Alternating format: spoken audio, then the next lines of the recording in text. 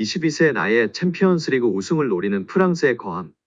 빅클럽 파리 생제르맹에 입성한 이강인 선수입니다. 7세 때부터 천부적 재능을 온 국민에게 알렸고 발렌시아라는 유소년 아카데미 최고 구단에서의 1군 데뷔에 이어 스페인 라리가에서 자신의 가치를 증명하며 22세 나이에 파리 생제르맹이라는 거함에 당당히 입성한 이강인 선수입니다. 이강인은 지난해 여름 마요르카에서 PSG로 큰 기대를 받으며 이적했습니다. 마요르카와 달리 슈퍼스타가 즐비한 PSG에서 주전 경쟁이 쉽지 않을 거라는 우려도 있었습니다. 하지만 이강인은 루이스 엔리케 감독의 신뢰 속에 꾸준히 경기에 출전했습니다. 시즌 초부터 측면 공격수, 중앙 미드필더, 측면 미드필더 등 공격진에서 다양한 포지션을 소화하며 제 역할을 해냈습니다. 항저우 아시안게임, 아시아축구연맹 카타르 아시안컵 등 여러 국제대회 출전으로 자리를 많이 비웠지만 입지는 흔들리지 않았습니다. 이강인을 향한 엔리케 감독의 믿음은 굳건했습니다. 리그 중반에 들어선 지난해 12월 이강인을 향해 폭풍 칭찬을 쏟은 바 있습니다. 유럽 현지에서 이강인에 대한 평가가 엇갈리고 있다.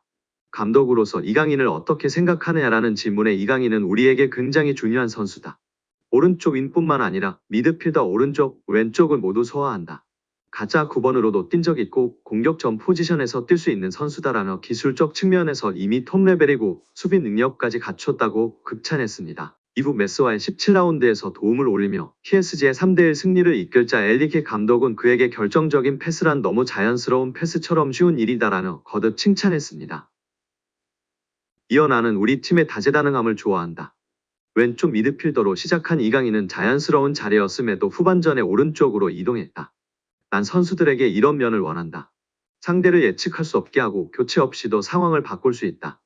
난 선수들에게 더 많이 요구하며 야망을 가질 것을 요구한다고 말했습니다. 이뿐만이 아닌데요. PSG는 이강인 영입 효과를 제대로 누렸습니다. 이강인이 PSG 최고의 인기 선수 중 하나로 거듭나면서 PSG에게 한국은 프랑스, 미국에 이어 세 번째로 큰 시장이 됐습니다. 이강인의 유니폼도 불티나게 팔렸습니다. 지난 4월 스페인 문도 데포르티보는 이강인의 유니폼이 킬리안 음바페보다 많이 팔리고 있다고 보도했습니다. 매체에 따르면 이강인은 유니폼은 PSG 선수 중 음바페에 이어 판매 순위 2위를 차지했다. 3위는 오렌 자이르 에메다. 온라인 판매 순위는 이강인이 음바페를 제치고 당당히 1위였습니다. 매체는 지난 여름 레알 마요르카에서 PSG 유니폼을 입은 이강인은 현재 팀에서 실력뿐 아니라 상업적으로도 중요한 자리에 있다며 리오넬 메시, 네이마르가 떠나고 떨어진 유니폼 매출을 이강인이 채워주고 있다고 설명했습니다. 리그앙 사무국은 시즌 초 공식 홈페이지를 통해 가려진 슈퍼스타 이강인이라는 제하로 이강인이 PSG에서 끼치는 영향력을 집중 조명했습니다. 리그앙은 PSG에서 이강인의 유니폼이 불티나게 팔리고 있다. 음바페와 우스만 덴벨레보다 이 한국인의 이름이 더 눈에 띄고 한국인 관광객들은 계속 파르크 대 프랭스 PSG 홍구장로 몰려들고 있다고 전했습니다. 이어 PSG는 이강인에게 그야말로 미쳤다. 지난 여름 마요르카에서 합류한 22세 미드필더는 음바페보다 더 많이 유니폼을 팔았다. 유럽인들은 아직 깨닫지 못했겠지만 PSG는 진정한 슈퍼스타를 보유하게 됐다고 설명했습니다. 리그앙은 PSG는 이강인의 존재로 큰 이득을 보고 있다. 루이스 엔리케 감독에게 유용한 자원일 뿐 아니라 PSG는 아시아에서 어느 때보다 큰 인기를 끌고 있다고 전했습니다. 성공적인 데뷔 시즌이지만 아쉬움도 있는데요. 이강인은 프랑스 국가대표 공격수 우스만 덴벨레, 신의 브래들리 바르콜라에 밀려 UCL 준결승전, 쿠프 드 프랑스 결승전 등 큰 경기에서 선발 제외되며 완벽한 주전을 꿰차지 못했습니다. 하지만 2년차 시즌에 좀 더 날아오를 준비가 된 이강인입니다. 천재 미드필더 이강인이 세계적인 플레이메이커와 함께 국제축구 역사통계연맹 IFFHS 플레이메이커상 후보에 나란히 오르며 화제입니다.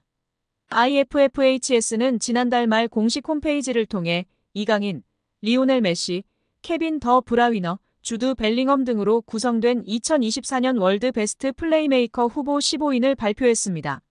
월드 베스트 플레이메이커상은 통계연맹이 2006년부터 매년 세계 축구를 빛낸 최고의 플레이메이커에게 수여하는 상으로 수상자에겐 황금공 트로피가 수여됩니다. 세계 축구 전문가의 투표로 최종 수상자를 선정하며 통상 연말에 수상자를 발표하는데요. 역대 수상자 면면은 화려합니다. 메시가 통산 최다인 5회 수상했고 사비 에르난데스가 4회, 더 브라위너가 3회, 안드레스 이니에스타가 2회 수상하며 메시의 뒤를 이었습니다. 지네딘 지단, 카카, 토니 크로스, 루카 모드리치 등이 한 차례씩 수상했습니다. 더 브라위너는 지난해 시상식에서 181점을 받으며 100점을 받은 메시를 81점 차로 따돌렸습니다. 베르나르도 실바가 78점으로 3위에 올랐습니다. 시즌별로 가장 창의적인 플레이를 펼친 선수들에게 트로피가 주어졌는데요. 이런 전설들이 수상한 플레이메이커상 최종 후보에 이강인이 뽑힌 것만으로 큰 의미가 있다는 평가입니다. 통계연맹은 최근 두 시즌 이강인이 공격 포인트뿐 아니라 프랑스 리그1과 유럽 챔피언스 리그에서 선보인 드리블 돌파 찬스 메이킹 등의 능력을 높이 평가한 것으로 보입니다. 이강인은 올 시즌 챔피언스 리그에서 키패스 11개를 기록하며 전체 공동 4위를 질주하고 있는 상황입니다. 이강인의 소속팀 파리 생제르맹의 소유주 카타르 국영투자청 QSI가 스페인 라리가 2부 리그의 말라가 CF 인수를 추진 중이라는 소식입니다. 만약 QSI가 말라가 인수에 성공할 경우 PSG 선수들이 말라가로 임대될 가능성이 적지 않습니다. 소유주가 같은 구단 간 선수 임대가 생각보다 흔한 일이기 때문인데요. 최근 소속팀 내 주전 경쟁에서 밀려났다는 평가를 듣고 있는 이강인이 출전 시간을 확보하기 위해 말라가로 임대를 떠날 가능성 역시 열리게 되는 것입니다. 프랑스 유력 매체 레퀴프는 PSG의 대주주인 QSI가 스페인 2부 리그에 속한 말라가를 인수할 수 있다며 양측은 약 1억 유로, 약 1,582억 원으로 추정되는 계약 조건을 두고 막바지 협상을 진행하고 있으며 관계자들은 결론이 빨리 나오길 기대 중이라고 보도했습니다. QSI는 최근 몇 년 동안 종목을 가리지 않고 스포츠 구단 지분 인수와 관련해 적극적인 행보를 보였습니다. 이들은 지난 2023년 미국 프로농구의 워싱턴 위저즈의 지분을 인수했고 2024년에는 아우디 F1 팀의 지분을 인수하는 데 성공하기도 했습니다. 레퀴프는 말라가는 현재 스페인 호텔 및 부동산 회사인 블루베이와 카타르의 사업가 압둘라 알타니가 소유하고 있으나 법정 관리에 놓인 상태라면서 QSI는 말라가를 인수해 축구 외에도 스포츠 전반에서의 활동을 확대하게 된다고 했습니다.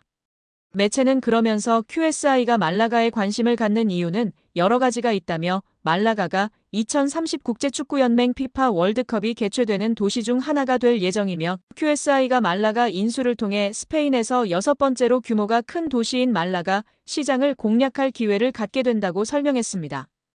레퀴프에 따르면 QSI의 대변인은 QSI는 현재 유럽과 아메리카 지역에서 다양한 투자 기회를 검토하고 있다며 QSI가 스포츠 구단 지분 인수에 적극적으로 나서고 있는 이유를 밝혔습니다.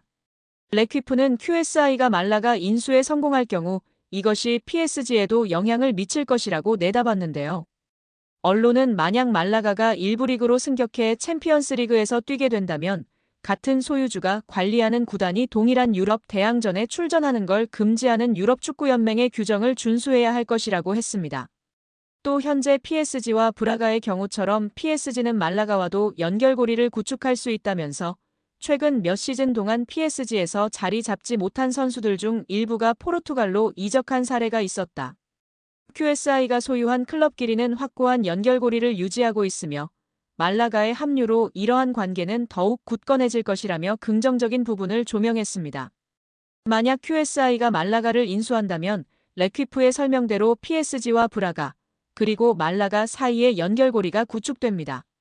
맨체스터 시티의 소유주 시티 풋볼 그룹을 중심으로 맨시티와 뉴욕시티, 멜버른 시티가 협력하고 있는 것이나 RB 라이프치히, RB 잘츠부르크 등 음료 회사인 레드불이 소유한 구단끼리 선수 공유가 활발하게 이뤄지는 것처럼 PSG도 같은 효과를 기대할 수 있는 것입니다.